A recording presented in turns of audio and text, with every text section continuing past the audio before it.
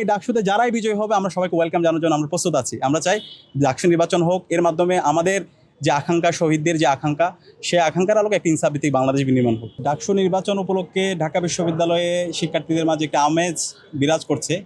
আপনারা দেখতে পাচ্ছেন শিক্ষার্থীরা স্বতঃস্ফূর্ততার সাথে প্রতিটা হলে হলে তারা শিক্ষার্থীদের কাছে তাদের যেই প্রত্যাশা সেগুলো নিয়ে যাচ্ছে, ডাকসুর তাদের ইশতেহারের কথাগুলো বলছে।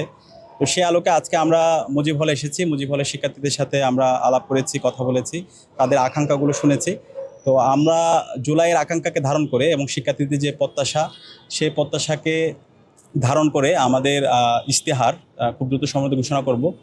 এবং আমরা আগামীকালেই ইসলামী ছাত্র শিবির একটি আমরা জোট করতে যাচ্ছি, আমাদের প্যানেল ঘোষণা করা হবে। এবং সেই প্যানেলটা আমরা চাচ্ছি ইনক্লুসিভ করার জন্য।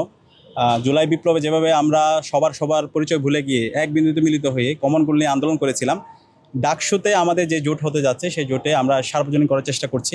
এবং আমরা চেষ্টা করছি এখানে মাইনরিটি, পাশাপাশি আমাদের বোনদেরকে এঙ্গেজ করা, পাশাপাশি যারা অ্যাক্টিভিস্ট আছে তাদেরকে এঙ্গেজ করা। তো আশা করছি একটি সার্বজনীন প্যানেল হবে এবং আমরা সবাই শিক্ষার্থীদের দাবি দেওয়া, তাদের আকাঙ্ক্ষা, জুলাইয়ের আকাঙ্ক্ষা, এই সব কিছুকে ধারণ করে আমরা আশা করছি একটি খুবই স্বতঃস্ফূর্ত ছাত্র সংসদ নির্বাচনের দিকে আমরা যাচ্ছি। আর বিশ্ববিদ্যালয়ের যে প্রশাসনের জায়গা থেকে আমরা তাদেরকে অনুরোধ করবো আমরা যেন লেভেল প্লেয়িং ফিল্ড ইনশিওর করতে পারি। তো এই জায়গায় আমরা একটু কনসার্ন, কারণ বিশ্ববিদ্যালয়ের যে প্রশাসন, সে প্রশাসনে প্রত্যেকটা হলের প্রভোস্ট থেকে শুরু করে প্রভোস্ট কমিটির চেয়ারম্যান,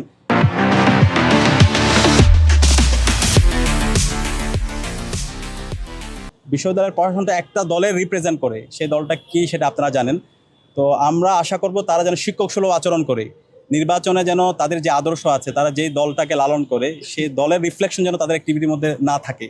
এটা যদি করে তাহলে তারা শিক্ষার্থীদের বিরুদ্ধে অবস্থান নেবে।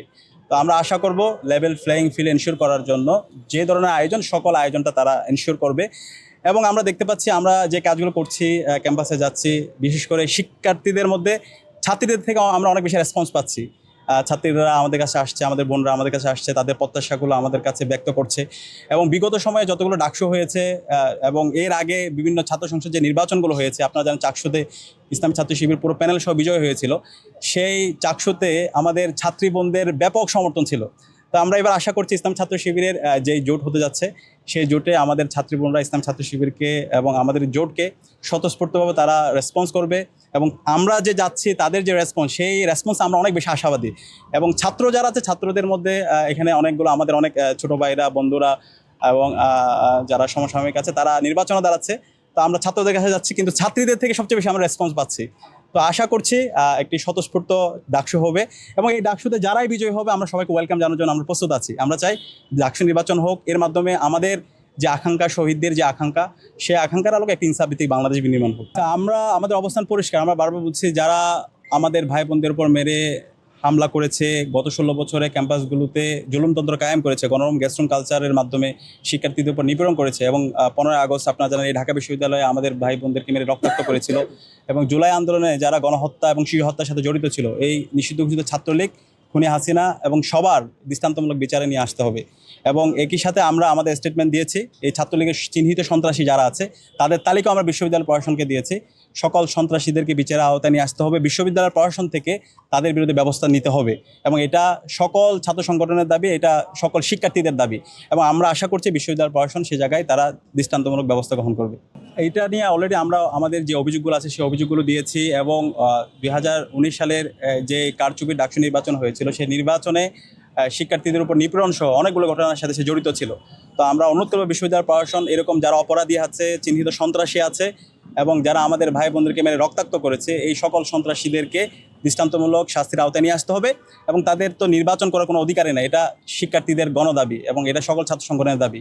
এই জায়গায় আমরা সবাই ঐক্যমত্যে আছি, সকল ছাত্র সংগঠন এই ছাত্রলীগ প্রশ্নে, ছাত্রলীগের সন্ত্রাসীদের বিরুদ্ধে আমরা সবাই ঐক্যমত আছি। এবং বিশ্ববিদ্যালয় প্রশাসনকে অনুরোধ করবো ছাত্রলীগের সকল সন্ত্রাসীদের বিরুদ্ধে তারা যেন দৃষ্টান্তমূলক শাস্তির আওতায় নিয়ে আসে, তাদের তো ভোট করার কোনো অধিকারই নাই। আমরা ওয়েলকাম জানাই। আমরা এই ধরনের একটা এনভায়রনমেন্টের জন্য কিন্তু দীর্ঘদিন ধরে লড়াই করেছি, যেখানে একজন ফার্স্ট ইয়ার শিক্ষার্থী তার কোনো ধরনের হীনমন্যতা ছাড়া, কোনো ধরনের ভয় ছাড়া, আতঙ্ক ছাড়া তার মত প্রকাশের স্বাধীনতা পাবে। এবং একজন ফার্স্ট ইয়ার শিক্ষার্থী সেও বিপিতে দাঁড়াইতে পারবে, অথবা তার যে চয়েস সেখানে দাঁড়াতে পারবে। তো এই যে একটা প্রতিযোগিতা হচ্ছে, প্রত্যেকে যে বিভিন্ন পদে দাঁড়াচ্ছে এবং নিজেদের মধ্যে যে কম্পিটিশন, নিজেদের আইডিয়াগুলো নিয়ে শিক্ষার্থীদের কাছে যাওয়া, এটাকে আমরা সাধুবাদ জানাই এবং আমরা আশা করছি এইবারের ডাকসু নির্বাচনটা সবচেয়ে স্বতঃস্ফূর্ত হবে। সকল ধরনের, সকল রাজনৈতিক দলের এবং সব আদর্শের মানুষরা আমরা এই ডাকসু নির্বাচনে আমরা সম্পৃক্ত হব এবং শিক্ষার্থীরা যাকেই বিজয় করবে আমরা তাদের সবাইকে স্বাগত জানাবো। এক্ষেত্রে বিশ্ববিদ্যালয় প্রশাসন যদি দায়িত্বশীল আচরণ করে এবং লেভেল প্লেইং ফিল্ড নিশ্চিত করে, তাহলে আশা করছি স্মরণকালের সবচেয়ে শ্রেষ্ঠ একটা ডাকসু হয়ে যাচ্ছে এবারের ছাত্র সংসদ নির্বাচন।